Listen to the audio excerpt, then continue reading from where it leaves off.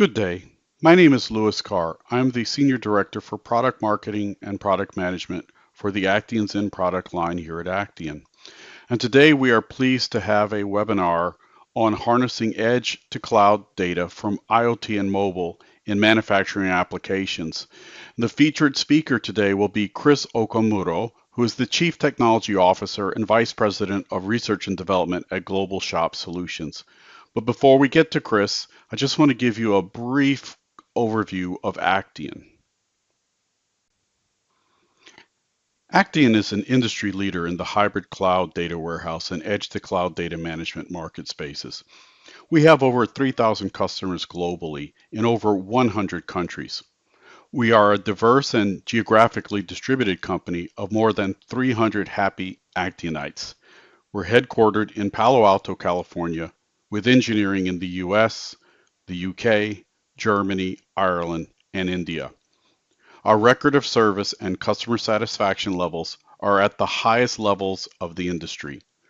We are an innovation company with more than 50 patents backing our industry-leading products like Actian Avalanche Data Warehouse, as well as Actian Zen Edge Data Management. We are proud to have 24% of the Fortune 100 among our long-term customers. And a few of them we're showing here on this particular slide. And as you can see, front and center is Global Shop Solutions, an ERP software company that's been working with us for over 2 decades. And with that, I'd like to turn this over to Chris. Chris? Thanks, Louis. Today, I just wanted to speak a little bit on the democratization of data for manufacturers and distributors from data located at the edge. As Louis mentioned, I'm with Global Shop Solutions. I'm Vice President and Chief Technology Officer. Global Shop Solutions writes, sells, services, and implements our ERP suite at manufacturers and distributors around the world. I'm an engineer by education and have spent the last 25 years in manufacturing and software. And as it says here, I am powered by pasta, cherry Coke, and math.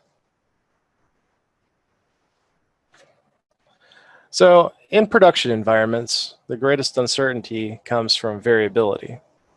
Performance against estimate, material quality, vendor performance, and dozens of other variables to that end. So manufacturing and process engineers have always needed data to make their models better. This can validate a product's design, manufacturing processes, tooling, labor estimates, pretty much anything related to cost analysis or scheduling. So how do we get this data? Let's take a limited look at the timeline of data in manufacturing. So from the advent of recorded data through as late as the 90s for some, the practice of gathering data through manual measurement was prevalent. Recording the results onto paper, tabulating those results by hand, and then reporting those results, usually by hand. In the 90s, improved technology enabled cost-feasible electronic measurement through devices like digital gauges.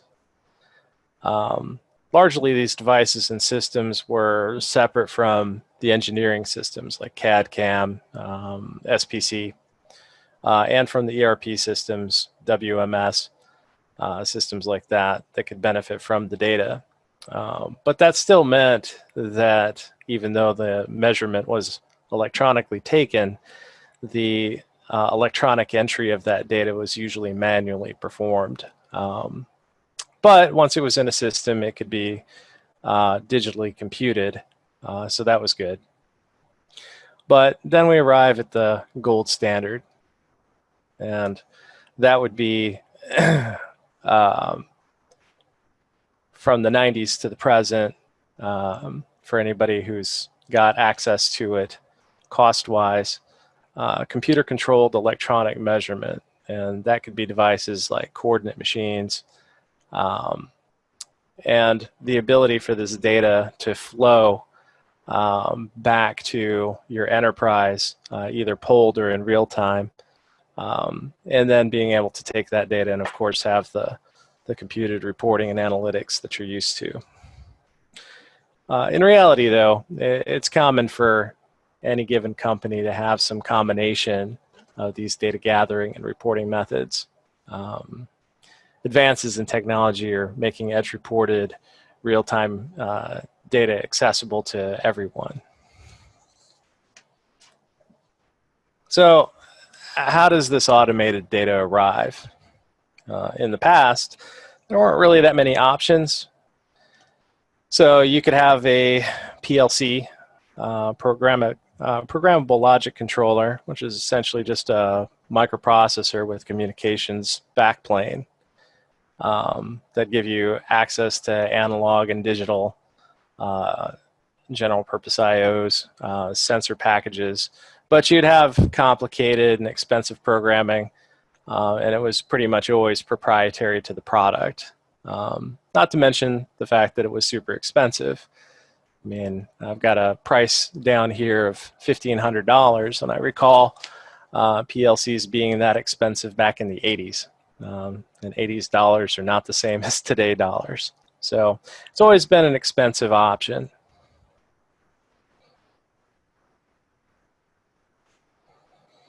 So today, you can see the array of options on the slide. You've got microcontrollers, systems on a chip, or SoCs, small PLCs, and still the full PLCs of years past. You definitely need full PLCs for some applications, but now you can buy microcontrollers that handle basic data collection with modern connectivity options. Also, you've got systems on a chip, SoCs, and small PLC options that provide more robust capabilities than the microcontrollers can provide, and in many cases than PLCs could provide in the past. And the nice thing about the SoCs is that you can move off of older proprietary real-time operating system platforms to platforms like Android, Windows, and some of the Unix variants like Linux and BSD that allow you to have access to development stacks that you're used to, developer tools that you're accustomed to using on the desktop or on the server. In addition, you also gain some flexibility through better storage options, whether that's eMMC, SD cards, or SSD media. Ladder-based non-volatile memory and PLCs in the past both cost a lot of money and was not very plentiful. Plus, the compute capabilities are really amazing today. You can get a Raspberry Pi with 8 gig of RAM and can perform 2,000 MIPS. And it wasn't really that long ago that's power that you would only have on a desktop with a machine costing, a couple $1,000s. That brings us to our Industry 4.0 moment, where we can get digital transformation and digitalization on a budget. What that means is that we have low-cost, high-capability devices that allow companies to benefit from faster, more complete data acquisition that previously could not afford it. At an entry price tag of $1,500, PLCs just were not appropriate for small to mid-sized manufacturers, and instead you would see those in larger factory integrations performed by companies like Johnson Controls, Tyco, for multi-million-dollar installations at 9-figure factories. So by making this more accessible, it allows for real-time automated data acquisition and industrial control at companies that couldn't afford it before, plus BPM and BPI opportunities, with BPM being business process management and BPI being business process integration. So basically allowing your workflows to incorporate data coming from the edge. Having access to the edge is one thing, but making the most of it, that's the challenge. So at Global Shop, for us, that meant having access to this data in manufacturing and distribution environments meant that we could have more comprehensive integration for our customers, but we also needed to do something with the data. So that's where our need for a high performance SQL compliant database came in. SQL compliant because even though there are no SQL type options available, for us, our developers work in a desktop and server environment, and we work with SQL compliant databases.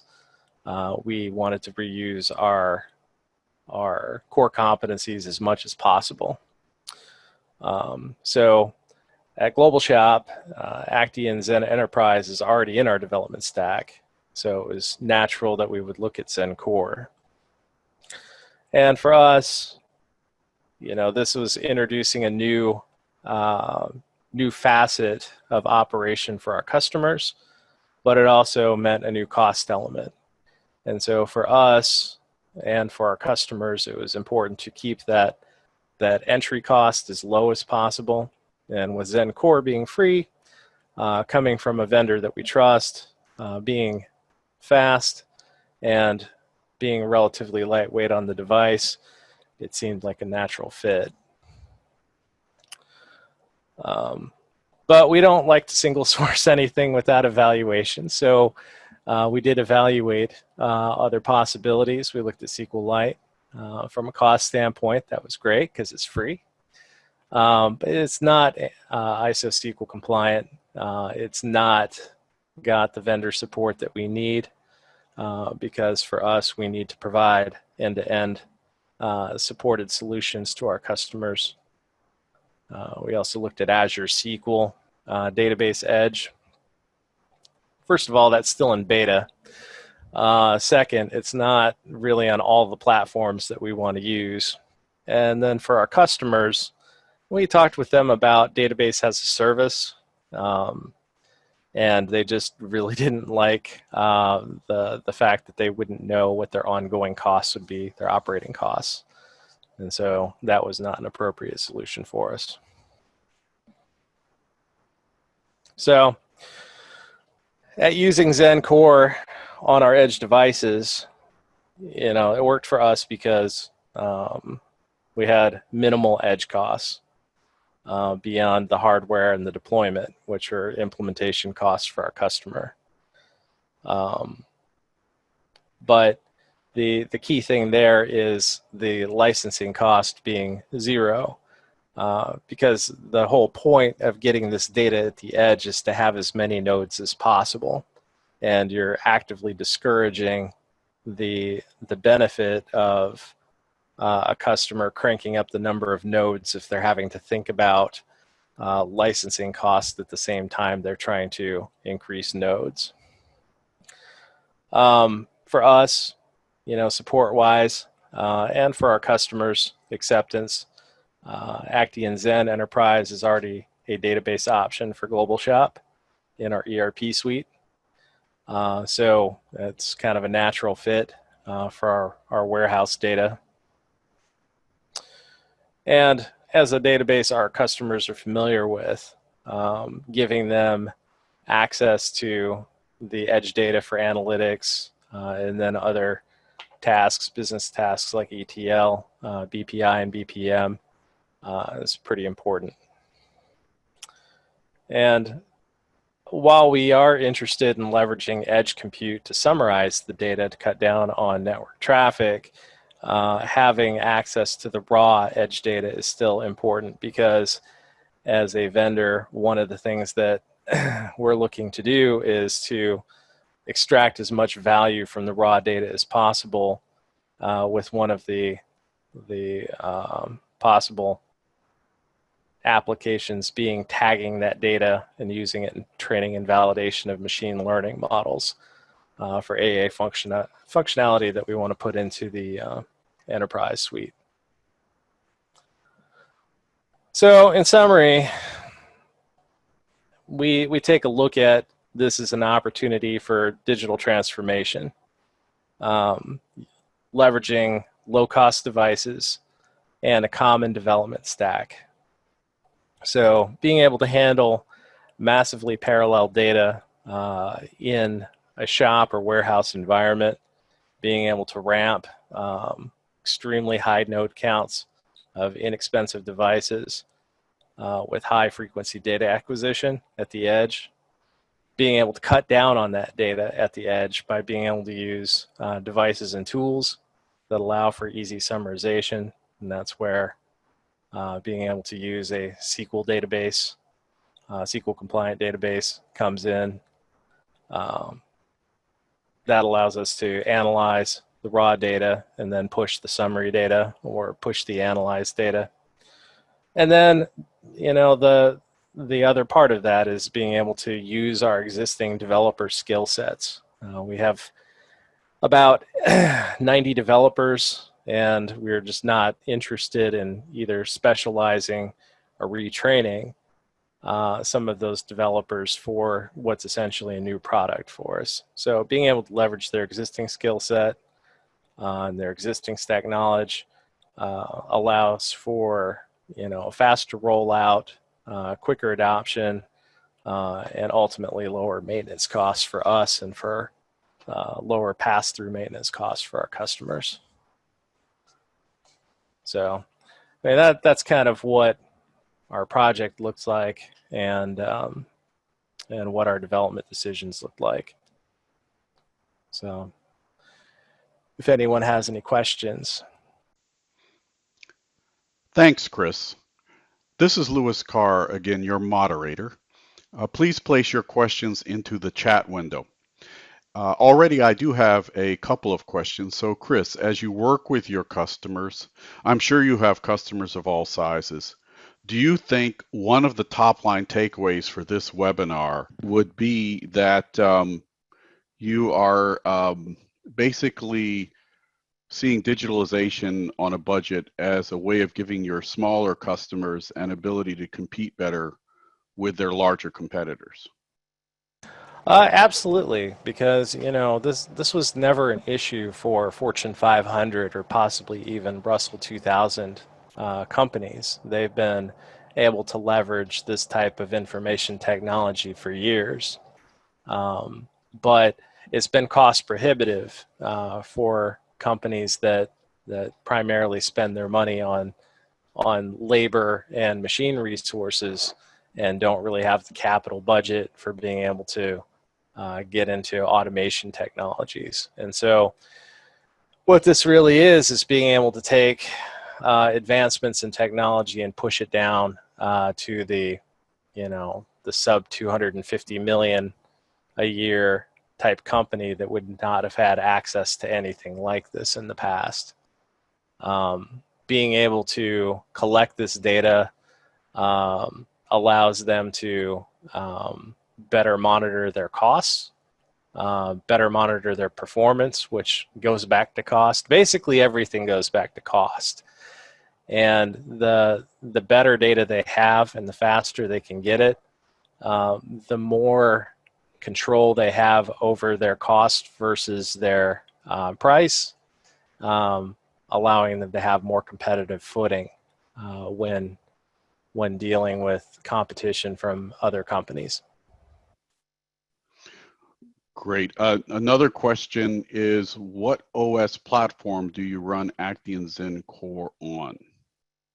For deployment, it's been Raspbian, but they recently changed the name of that. I think it's now called the Raspberry Pi OS. It's essentially just a Linux distro that runs on Raspberry Pi. We've been using it on RPI 3 and 4, the various models.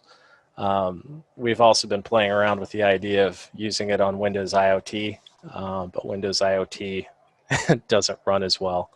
So on the exact same hardware. So the hardware situation will probably either have to improve from a compute standpoint, or Windows IoT will need to improve either one, but right now it's mostly Raspberry Pi OS.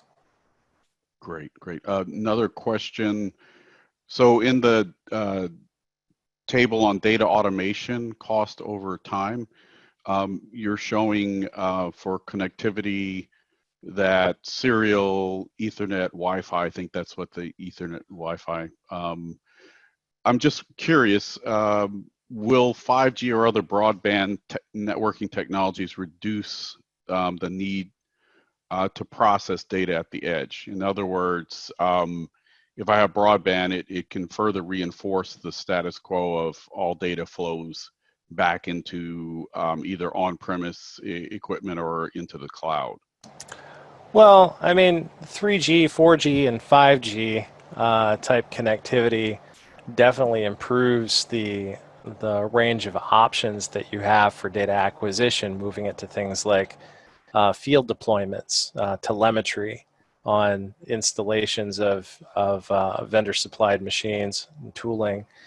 But you know, the issue is always still going to be latency, bandwidth, and then just the existence of connectivity in the first place. We still have plenty of places in the country that don't have 4G coverage, or that coverage is spotty. And when we're talking about edge data collection, I mean, compute is super important because a lot of this data collection is happening at high frequencies. You know, you're talking anywhere from sampling occurring every couple minutes to sampling occurring, 50 to 150,000 times a second. So for the higher frequency stuff, there's not really going to be a practical way of streaming that back in real time. Right, right, and then there's the issue of latency. I would assume so. Given that, as you were mentioning, after in that table or after the table, that the wealth of of resources now at the edge, like the Raspberry Pi, are so prevalent and inexpensive. Are you starting to see your customers actually begin to embed more data management and intelligence into their edge, or is this still something where they are in planning phases or just simply discussing it? For customers that are for customers that have had a higher level of automation in their facilities before, they already have some vestigial implementations of this. But what hasn't really been available to them before is just the sheer level of compute. So if you're trying to go ahead and receive CNC machine information back in real time to predict things like tool wear or like machine maintenance cycle run out, then you're having to take a large amount of data and you're having to process it directly at that edge device. It's performing some pretty sophisticated analysis for predictive analysis. And so it may not be passing a ton of data up, but yeah, they're spending an awful lot of time figuring out what to do with the data on the edge device to be able to get some value out of it. That brings me to another question I have here, and I'm going to try to paraphrase it. It's rather long, but in effect, there's this person is saying our developers are not they don't have SQL skills. They tend to use file management on their edge devices, and I'm just wondering if you have 90 developers that have in their skill set the ability to use SQL. What our experience has been with some developers is they prefer to avoid using a database at all. Is that something that on the edge you considered, or you immediately said, hey, we need a database on the edge, and if so, why? Well, I mean, for us, um, having having the ability to log the data in real time, I mean, you don't need a database to do that. Um, there are plenty of NoSQL type options, journaling file system type stuff where you can actually write out that faster than you can with a SQL database. But for us, it wasn't really about the ability to write it um, at extremely high speeds. It was really more about the ability to query it the way we wanted to, in order to be able to get the local side analytics at the edge Right. for the purposes of summary.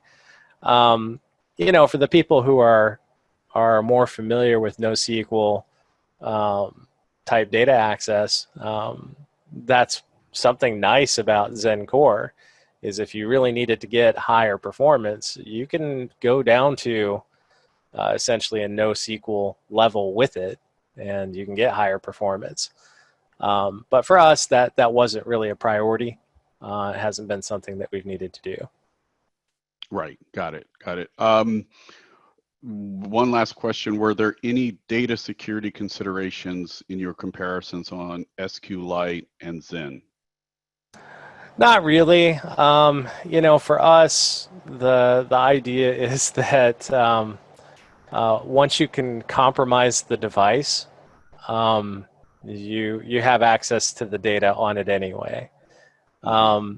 We don't think that our customers in general should be running their IoT devices with gateway access. We don't think Hmm. that they should be running these things on a VLAN that does not have a route to the internet in the first place. Right. Right. So if something's happening, it's happening inside, and if it's happening inside, then they could just walk to the device and demount the memory. Like they could access the device. And so for us, that's more of a concern if you're talking about something actually connected with 4G or 5G in the field. But for us, we still think that most of that interaction should be managed through the IP tables and IP chains functionality at the OS level. Got it. Got it. Well, that's all the questions we have. I know I'm just playing moderator, but I want to interject that if you uh, do manage to walk on up to that device, or you do put it on the internet, the data with Zen is encrypted at AES 256-bit encryption. So good luck on doing anything with that data. But yeah, I agree with the practices you're mentioning there on security. So with that, thank you so much, Chris, for taking the time to talk about Global Shop and what you're doing with the Actian Zen uh, uh, Edge database, i.e. ZenCore, and we thank you again for all of the um, work that we've had the privilege of doing with you with Zen Enterprise over the years. With that, we conclude this webinar. Thank you so much, and have a great day. For more on Actian Zen Edge data management, go to actian.com/data management/Zen embedded database, or download ZenCore free today at go.actian.com/ZenCore free development. Thank you.